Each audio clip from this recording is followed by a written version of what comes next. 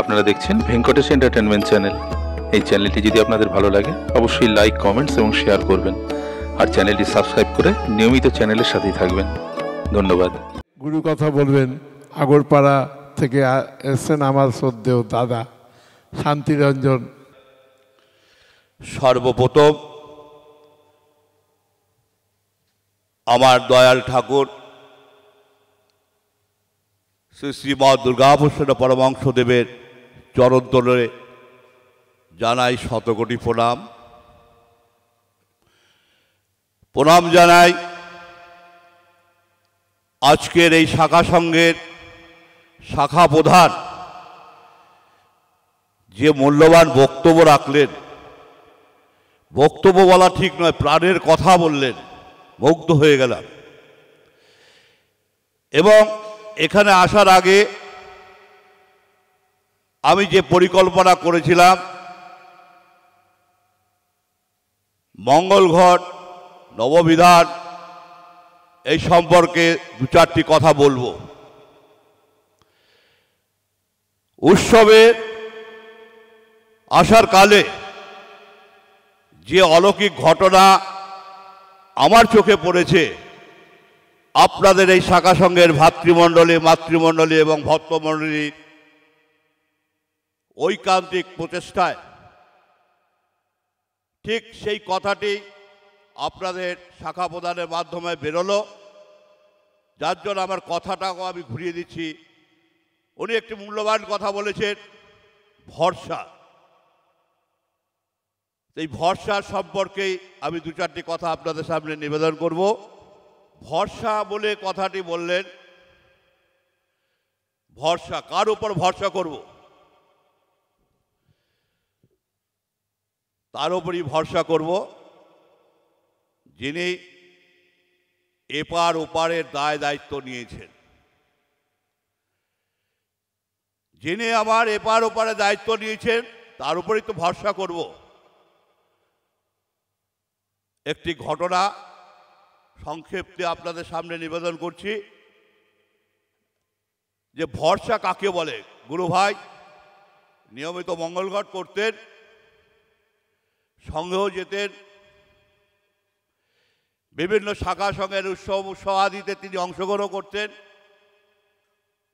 কিন্তু কোনো নাম ডাক জানা ছিল না। উনি কোনো পছন্দ করতেন না, গুরুকর্মের মধ্যেই লিপ্ত থাকতেন। দেখুন একদিন তার জীবনে কি ঘটে গেল। ঠিক তার প্রতিবেশী এক গুরুবর দুরারোগ্য ব্যাধিতে জর্জরিত হয়ে হসপিটালমুখী। প্রতিবেশী হিসাবে সেও আরো 5 জনের মতন দাঁড়িয়ে দেখছিল। সে জানে না কি হয়েছিল ওই গুরুবনটির। বেশ কয়েক ঘন্টার পর ওই গুরুবনটির পরিবারের লোকজন এসে বাড়ি ঘর ভাঙচুর করে দেয়। তখনও কিন্তু সেই গুরু ভাইটি জানে না গুরুবনটির কি হলো বা কেন ভাঙচুর করলো, কিন্তু তার একটা ভরসা ছিল। কে না? আমার গুরুদেব। গুরুদেবের প্রতি তার একটা ভরসা ছিল। যথারীতি পুলিশ টুলিশ হলো, হইচই হলো, অনেক লোকজন হলো। 3-4টে বাড়ির নামে ওই যে বাড়ি ভাঙচুর হলো তারা কেস দিয়ে দিল। ওরা ভয়ে ভারাক্রান্ত হয়ে বাড়িঘর ছেড়ে দিল, বিভিন্ন জায়গায় গেল। আশ্রমে গিয়ে পাদুকা, যখন স্বামীজিরা গেল বলে তুমি পাদুকাতে তোমার বক্তব্য তুমি বলো, তোমার প্রার্থনা তুমি করো। সে পাদুকা চরণে গিয়ে প্রার্থনা করলো, হে গুরুদেব, তুমি তো জানো, তুমি তো অন্তর্যামী ভগবান, এপার ওপার পার করার মালিক। বলো আমি কি করেছি, আমি ফ্যামিলি নিয়ে এখন কি করব। যাই হোক, বেশ কিছুদিন পর পাড়ার প্রতিবেশীরা বললো ঠিক আছে তুমি বাড়ি চলে আসো। সে বাড়ি চলে আসে। থানার থেকে খবর দেওয়া হয় আজকে আমরা ওই এলাকায় যাব, যাদের নামে কেস ডায়েরি হয়েছে তারা যেন বাড়িতে না থাকে। চিন্তা করুন। কিন্তু সেই গুরু ভাইটি জানতে পারল না। সে গুরু ভাইটি এই বাড়িতেই রইল। রাত 1টা থেকে 2টো পর্যন্ত পুলিশের তাণ্ডব। যে আয়ও ছিল সে তো জানে, আমি তো খবর দিয়ে দিয়েছি, কিন্তু সেই গুরু ভাইটি জানতেও পারেনি। রাত্রি 2টোর সময় তখন সে সিদ্ধান্ত নিল আর কিছু করার নেই, আমাকে এইবার পুলিশের কাছে যেতেই হবে। দোতলায় তার ছেলে মেয়ে কান্নাকাটি করছে, পাড়ার লোক জেগে গেছে, কেউ কিন্তু সাহায্য করতে আসলো না। সে যথারীতি জামা কাপড় পরে যখন দরজা খুলে যাবে, তার আগে কিন্তু সে গুরুদেবের নাম টাম কিছু বলতেও পারেনি, ভুলে গেছে। ঠিক সম্মুখে দেখলো গুরুদেবের বিগ্রহখানি। সেই বিগ্রহখানিকে সে বলল, গুরুদেব আমি তো কোনো অন্যায় করিনি, তবে আজ কেন আমার এই বিপদ, তুমি আমায় রক্ষা করবে না?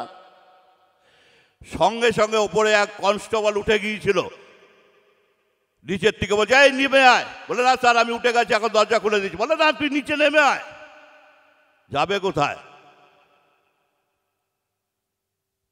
ওই কনস্টেবল নিচে নেমে গেল, 3 গাড়ি পুলিশ ভ্যান সেখান থেকে চলে গেল। গুরু ভাইটি পরের দিন আশ্রমে পাদুকায় গিয়ে তার নিবেদন করলো। আশ্রমবাসীর এই সন্ন্যাসী যারা ছিল, ব্রহ্মচারী যারা ছিল, তাদের কাছে নিবেদন করলো। তারা বলে, সব গুরু কি পাই কে বলুন। তাই ভরসা আমাদের রাখতে হবে। মন মুখ লিখনি একত্র করে যদি আমরা কাজ করতে পারি, আপনাদের প্রধান কর্মীর সুরেই আমি সুরে বলছি, যতই বিপদ আসুক কোনো বিপদই আমাদের আটকাতে পারবে না আমাদের মূল কর্মটি করতে গেলে। এই গুটি কথা বলে আপনাদেরকে আরেকবার শ্রী গুরু জয় সম্ভাষণ জানিয়ে আমি আমার কথা শেষ করছি। শ্রী গুরু জয়, শ্রী গুরু জয়, শ্রী গুরু জয়। এখন আমাদের সামনে বক্তব্য রাখবে আমাদের মহানাথ শাখা সংঘের 57তম বাৎসরিক মাঘী পূর্ণিমা উৎসবের উৎসব পরিচালক শ্রী সুমল সমুদ্দার দাদা। আমার শ্রীমন্দিরে উপবিষ্ট আছেন আমাদের এই সকলকার গুরু ভগবান, তাহার শ্রীচরণে শত শত কোটি প্রণাম। উপস্থিত আছেন আমাদের নাকতলা আশ্রমের সন্ন্যাসী অনেক নির্বাণানন্দ সরস্বতী মহারাজ এবং আমাদের শ্রীগুরু সংঘের সন্ন্যাসী ভাস্করানন্দজি এবং অন্য অন্য স্বামীদিদের শ্রীচরণে প্রণাম, এবং বিভিন্ন শাখা সংঘ থেকে আগত আমার গুণীজনদের শ্রীচরণে প্রণাম, এবং উপস্থিত আমার মাতৃমণ্ডলী এবং দাদাদের চরণে প্রণাম। আজকে আমাদের এই মহতী ধর্মসভায় ধর্মকথা বলার মতন আমার কোনো অভিজ্ঞতা নেই, তাই গুরু কথা বলবো কি, আমরা উৎসব এই 57তম 1430 বঙ্গাব্দে যে উৎসব করতে এসেছি, প্রাকৃতিক একটা দুর্যোগ এসেছিল ভয়ানকভাবেই, এবং পার্শ্ববর্তী গ্রামে সেখানে শিলাবৃষ্টি অনেক ঝড় ঝড়টা হয়েছে। কিন্তু এইবারই দেখলাম এইবারই ছেলেরা, মেয়ে আর বৌমায়েরা অক্লান্ত পরিশ্রম যেভাবে করেছে আমার দেখেও আমারই কষ্ট লেগেছে। আর গুরু ভগবানের কাছে প্রার্থনা জানিয়েছি, গুরু ভগবান তোমার উৎসব তুমি সুসম্পন্ন করো। যাই হোক, তার দিকে তাকালে তাকে যদি মন থেকে বলা যায়, তিনি নিশ্চয়ই তার ব্যবস্থা করেন। সঙ্গে সঙ্গে এই জীবনে বহু ঘটনাই তার কাছে আমি পেয়েছি, দেখেছি, এবং সেটা আমি এখন বলতে গেলে অনেক সময়, সেই সময় নেব না। আমাদের প্রধান কর্মী বলছিলেন যে এই কষ্টের মধ্যে যে কত আনন্দ, এই শ্রীগুরুর সঙ্গে যে কষ্টই নয়, অগাধ পরিশ্রম করে মায়েরা আমার, এই পরিবেশন করে আমার গুরু ভ্রাতা এবং ভক্তবৃন্দগণ অক্লান্ত পরিশ্রম করে রান্নাশালা থেকে আমাদের তারা যেভাবে অক্লান্ত পরিশ্রম করে উৎসবটিকে সুন্দরভাবে সুসম্পন্ন করেন, সেজন্য তাহাদের শ্রীচরণে ধন্যবাদ শ্রীচরণে প্রণাম এবং আমার গুরুদেবের শ্রীচরণে প্রণাম জানিয়ে তাদের আর্থিক শারীরিক যাতে আধ্যাত্মিক উন্নতি হয় তাদের, সেই জন্য আমি শ্রীচরণে প্রার্থনা জানাই আমার গুরু ভগবানের শ্রীচরণে। এখানে মঙ্গল ঘটের কথা অনেকেই বলেছেন। মঙ্গল ঘট অবশ্যই আপনারা সেবা যত্ন করুন। দুই একজন আছেন তারা মঙ্গল ঘটের সেবা আদৌ করেন না, মঙ্গল ঘটের সেবা করেন না। যখন মঙ্গল ঘটে চালানতে যাই তখন ওই ঘর থেকে 500, 250, 1 কেজি চাল বের করে দেয়। আর কারো কারো বাড়িতে আসে দেখি মঙ্গল ঘরে ছাতা পড়ে গেছে, চাল পোকায় ধরে গেছে। একটু মঙ্গল ঘরে যত্ন নিন, দেখবেন আপনারা হয়তো আজকে মনে করছেন যে আমরা ভালো আছি, হ্যাঁ ওদিকে আর নজর নেই, কিন্তু দেখবেন ওদিকে যদি নজর থাকে গুরুদেবেরও নজর থাকবে আত্মার প্রতি, কিন্তু ওদিকে যদি নজর না দেন তাহলে কিন্তু আপনাদেরও নজর থাকবে না। আমাদের ভাতৃসঙ্গ নিয়ম নিষ্ঠার সঙ্গে সময় মতো ঠিক সময়ভাবে চলে। আমাদের কালকে একটা দুর্যোগ এসেছিল। দুর্যোগকে আমাদের দুপুরবেলা এত লোকের চাপ সৃষ্টি হয়েছে যে দেখে আর সামাল দিতে পারছি না। কি করব, এ তো পিষে মরবে। মানে ওখানে গিয়ে একদম ব্যতিব্যস্ত হয়ে পড়েছি, কাউকে মানাতে পারছি না। আর দুপুরবেলা সবাই প্রসাদ পাবে, সবাই এসে ভিড় করেছে, কি করব। তারপরে আমাদের প্রধান কর্মী দাদা, তখন দাদাকে বললাম, দাদা পিঠের চামড়া তো থাকবে না, এ তো যা আরম্ভ হয়েছে, তো যদি কেউ পড়ে যায় তখন উনি বসে বসে চিন্তা করে বললেন যে দেখ কাজ করা হোক, ওই পিছনের জায়গা আছে, খালি জায়গায় বসিয়ে দেওয়া হোক। সেই সিদ্ধান্ত অনুযায়ী সেই পাশের জায়গায় বসানো হলো, দুটো বটু ওখানে করা হলো, এখানে করা হলো, সুষ্ঠুভাবে, হ্যাঁ সুন্দরভাবে, আর কোনো প্রেশার হলো না, চলে গেল। তাই গুরুদেব তাকে দিয়েই বলিয়েছেন। গুরুদেবের কাজ তিনি তা কাকে দিয়ে কখন কিভাবে করাবে সেটা আমরাও জানি না। তাই তার উপরে ভরসা রাখলে পরে সমস্ত কাজ সহজভাবে হয়ে যাবে। শ্রী গুরু জয়, শ্রী গুরু জয়, শ্রী গুরু জয়। ব্যাপী বার্ষিক মিলন হিসেবে ক্রিয়াকর্ম করেছেন সেই চন্দন চ্যাটার্জি মহাশয়কে অনুরোধ করব কিছু বলার জন্য। মন্নাথ শ্রী জগন্নাথ, মদ্গুরু শ্রী জগদ্গুরু, মমাত্মা সর্বভূতাত্মা, তস্मै শ্রী গুরবে নমঃ। এই মহানদ শাখা সংঘের ৫৭তম বাৎসরিক উৎসবের আজ অন্তিম সন্ধ্যা। আমরা উপস্থিত হয়েছি ধর্মসভায়। এই ধর্মসভায় মঞ্চাসীন, মঞ্চ আলোকিত করে বসে আছেন, যার টানে আমরা সবাই এই ছোট্ট মণ্ডপে একত্রিত সমবেত হয়েছি। আমার প্রাণের আরাধ্য দেবতা গুরু ভগবান এখানে উপস্থিত আছেন। এই গুরুর শক্তি স্বরূপ সমস্ত ভাতৃমণ্ডলী, মাতৃমণ্ডলী, আশ্রমবাসী, সন্ন্যাসী, সাধু সন্ন্যাসী, ভক্তগণ সবাই গুরুর স্বরূপ। তাদের প্রত্যেকের শ্রীচরণে আমার প্রণাম। সত্যি কথাটি বলতে কি, একদম নির্ভেজাল যেটা সত্যি কথা,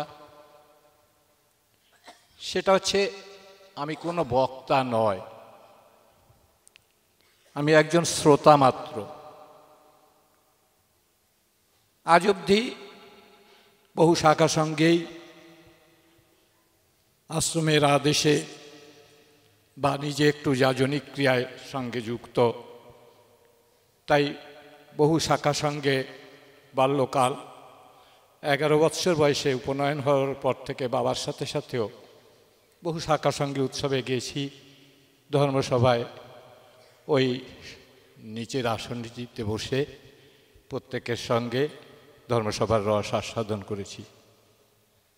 শুনেছি কথায় যে সাধুসঙ্গ করো, সাধুসঙ্গ করো, কিন্তু সাধুসঙ্গ করলে যে হঠাৎ এমন করে বজ্রাঘাতের মতন একটি সময় উপস্থিত হতে পারে যে আমাকে ওই বক্তার শ্রোতার আসন থেকে বক্তার আসনে বসানো হবে, তবে আমি হয়তো সাধুদের ঘর থেকে একটু পাশেই থাকতাম। কিন্তু যখন উপস্থিত হয়েছি, সাধু মহাজনরা আদেশ করেছেন, দু কথা আপনাদের চরণে নিবেদন করবার চেষ্টা করব, কেন আপনারাই গুরু স্বরূপ। আপনাদেরকে নিবেদন করাই তাকে বাচন অঞ্জলি নিবেদন করা। আমি একজন পূজারী, তো তাই পূজার স্বরূপেই সবটি দেখবার চেষ্টা করি, পূজার চোখ দিয়েই সবটি দেখবার চেষ্টা করি। আমরা এই যে উৎসবটি করলাম, 57তম বৎসরের উৎসব, মানে যদি ধরি বাৎসরিক উৎসব একটি পরীক্ষা ক্ষেত্র, তাহলে আমরা 57 বছর পরীক্ষা দিলাম। মানুষ পড়াশুনো করে 5 বছর, 7 বছর, 10 বছর, 12 বছর, ডিগ্রি। আমরা 57 বছর ধরে পরীক্ষা দিয়ে যাচ্ছি। আজকে 57 বছরের পরীক্ষার অন্তিম পত্রটি লেখবার সময় এসছে ধর্মসভায়। ধর্মসভাটি কেন গুরুদেব রাখলেন? উৎসব আনন্দ করতাম, মহাপ্রসাদ পেতাম, চলে যেতাম। কিন্তু গুরুদেব যেমন ভাতৃসঙ্গ রাখলেন, উৎসব মাঝে আবার ধর্মসভারই একটু জায়গা রাখলেন। কেন রাখলেন? এই ধর্মসভায় যারা বক্তার স্বরূপে উপস্থিত হবেন, তারাও তার কথাই বলবেন। তাই আমার মতো অধমের কিছু বলবার ক্ষমতা নাই। তার কথা তিনিই যদি বলেন, তবে এই কলে, মানে এই বাকযন্ত্রে তা নিবেদিত হবে। আমরা এই যে উৎসবটি করলাম, আমার বহু বছরের ইচ্ছা ছিল, মনের গোপন ইচ্ছায় আজ তিনি মানে ফলস্বরূপ আমাকে এখানে উপস্থিত করেছেন যে মহানদের উৎসবে একবার যাব। ধ্রুবানন্দজি আমায় বলেছিলেন, মহানদের উৎসবে যা, সেখানে খুব আনন্দ হয়, খুব সুন্দর পরিবেশ। আমার এক বন্ধু, তার মামা শ্বশুরের বাড়িও এখানে, সুভাষ দত্ত দাদা, সন্তোষ দার জামাইবাবু, সেও অনেকবার আনবার চেষ্টা করেছে, কিন্তু আমার ভাগ্যে কুলায়নি, তাই আমি উপস্থিত হতে পারিনি। তাই সুমলদাকে যেদিন ফোন করেছিলাম, সুমলদাকে বলছিলাম চেষ্টা করব। সুমলদা বলছিল চেষ্টা করবেন মানে? না, যতক্ষণ না পৌঁছতে পারি ততক্ষণ তো বলতে পারি না যে উপস্থিত হয়েছি, তাই চেষ্টা করব। আমার চেষ্টা থাকবে, তিনি উপস্থিত করালেন, আমি উপস্থিত হব। যাই হোক, এই যে উৎসবটি করলাম, উৎসবে আমরা সবাই প্রসাদ পেলাম। কিন্তু প্রসাদ কি পেলাম, না ডাল তরকারি খেলাম? ডাল তরকারি খেলাম না প্রসাদ পেলাম? নিপুজো হলো খুব নিয়ম নিষ্ঠার সাথে। প্রত্যেকটি কর্মী, আমি প্রথম দেশে থেকে দেখে ঠাকুরঘরের দিকে তাকিয়েই আমার প্রাণ ভরে গেছে, তৃপ্ত একদম, মনে প্রাণে চোখে সব জায়গায় একটা তৃপ্ত। এত সুন্দর সুন্দর সাজানো গোছানো, এত সুন্দর নিষ্ঠা, প্রত্যেকটি ছেলে নিষ্ঠার সহিত কাজ করছে, প্রত্যেকটি কর্মী তাদের সেবা পরায়ণ। যে ঘরে আমাদের থাকতে দিয়েছে সেই ঘরে দাদা দিদি 50 বার এসে খবর নিচ্ছে, কোনো রকম কোনো কিছুতে এক মুহূর্তের জন্য অসুবিধা হচ্ছে না। এত তাদের প্রচেষ্টা, এত তাদের ঐক্যবদ্ধতা। কিন্তু আমরা প্রসাদ কতটুকু পেলাম? ডাল তরকারি অনেক খেলাম, রুটি, তরির তরকারি, লাউয়ের তরকারি, বাঁধাকপির তরকারি, ডাল, অনেক কিছু খেলাম। প্রসাদ কতটুকু পেলাম? প্রসাদ বলছে, গীতায় বলছে, প্রসাদে সর্বদুঃসানাংহানিরেশ্ব প্রজায়তে। তুমি যদি ভগবানের প্রসন্নতা অর্জন করতে পারো, তবেই সেটা প্রসাদ। শশার খণ্ড প্রসাদ নয়, বাতাসার খণ্ড প্রসাদ নয়, ভগবানের প্রসন্নতা অর্জন করাই প্রসাদ। তাই এই 57 বৎসর পরীক্ষা দিয়ে আমি যখন বাড়ি ফিরে যাব, বাড়ি ফিরে গিয়ে নিজের খাতাটি নিজেই দেখব যে আমি কতটুকু সঠিক উত্তর প্রশ্নপত্রে লিখতে পেরেছি। সেখান থেকে যতটুকু নাম্বার আমার উঠে আসবে, এই সারা বছর 54টি মানে ভাতৃসঙ্গ করার পরে এই বাৎসরিক পরীক্ষায় প্রত্যেকটি উইকলি টেস্ট দেওয়ার পরে বাৎসরিক পরীক্ষায় আমি তত নাম্বারই পাবো, নিজেকে নিজে যত নাম্বার দিতে পারবো। আমি প্রথম দিন থেকে এই শেষ ধর্মসভার পরে পতাকা নামানোর পর থেকে যখন ঘরে ফিরে যাব সেই পর্যন্ত আমি কত নম্বরের অ্যান্সার দিতে পেরেছি উৎসব মণ্ডপে আমি নিজের নাম্বার নিজেই দেব, এবং সেই খাতা দেখে আবার আগামী বছরের প্রস্তুতি নেব। আমি আগামী বছর এই নাম্বারটি ক্রস করে আরেকটু নাম্বার নেবার চেষ্টা করব। এই হচ্ছে, আমরা বহু অনুষ্ঠান করি, বহু অনুষ্ঠানে যাই, বহু ব্রত পালন করি, গুরুদেবও বহু ব্রত পালনের রীতি আমাদেরকে বলে দিয়ে গেছেন, তাতে উপবাস করি। কিন্তু এই 4 দিন ধরে মহানন্দে একসাথে থেকে খেয়ে দে নেচে আনন্দ করে কজন উপবাস করি বলেন তো? করি কি না? উপবাস আমরা বলি উপোস করি। শিবরাত্রির ব্রত আসছে, শিব চতুর্দশী দিন উপোস করব। উপোস কথাটা হচ্ছে উপবাস, উপাস্য দেবতার সহিত বাস করা।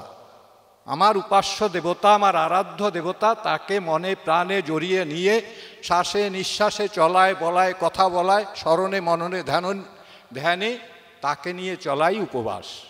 এই 4 দিন ধরে এই উৎসব প্যান্ডেলে ছিলাম, এক মুহূর্তের জন্য বাড়ির কথা মনে আসেনি। সারাক্ষণ তার কথাই চিন্তা করেছি, তার কাজটি কীভাবে সঠিক সময় করতে হবে, এই সময় 8টার মধ্যে ভোগ নিবেদন করতে হবে, 6টার মধ্যে অমুক করতে হবে, 7টার মধ্যে এই করতে হবে, তার কথা নিয়েই ব্যস্ত ছিলাম, তার কাজেই ব্যস্ত ছিলাম, তার ভাবনাই ব্যস্ত ছিলাম, তাকে নিয়েই ছিলাম। এই 4 দিন ধরে আমরা উপবাস করেই ছিলাম। ওই ডাল তরকারি আমরা খাইনি, আমরা তার প্রসন্নতার প্রসাদ পেয়েছি। তার প্রসন্নতা যতটুকু তিনি কৃপা করে দিয়েছেন সেইটুকু পেয়েছি। ওই ডাল তরকারি রান্নাঘরে গ্যাস জ্বালিয়ে অমুক জ্বালিয়ে খুন্তি নাড়িয়ে কত কিছু হয়েছে, আমরা সেই সব কিছু পাইনি গো। তা আমরা এই যে করলাম, এই যে সমস্ত কিছু আয়োজন করা হলো, এত কর্মীরা এত প্রকৃতির সাথে লড়াই করে নিজের মনকে করে নিয়ে সমস্ত নির্ভরতা দিয়ে ভরসা দিয়ে তাকে ডেকে আপ্রাণ করে কার উপর নির্ভর করেছিলাম? কার উপরে নির্ভর করা যায়? তিনি নির্জনে আমার সাথে থাকতে চায়, তার উপরে নির্ভর করা যায়। যে 10 জনের মাঝে আমি আছি ভাই তোর সাথে, তার উপরে নির্ভর করে রাত নেই। যে পেছনে গোপনে আমার আপনে থাকতে চায়, আমাকে নির্জনে জড়িয়ে রাখতে চায়, তার উপরে নির্ভর করা যায়। আমরা যেন তার উপরে নির্ভর করে থাকতে পারি, এইটুকু কথা বলে আজ মহানাথ শাখা সংঘের প্রত্যেকটি শিষ্য ভক্তবৃন্দ নগরবাসী প্রত্যেকের মঙ্গল কামনা করে, প্রত্যেকের পদরেণু আমার মস্তকে প্রার্থনা করে আমার সামান্য কথা শেষ করলাম। শ্রী গুরু জয়।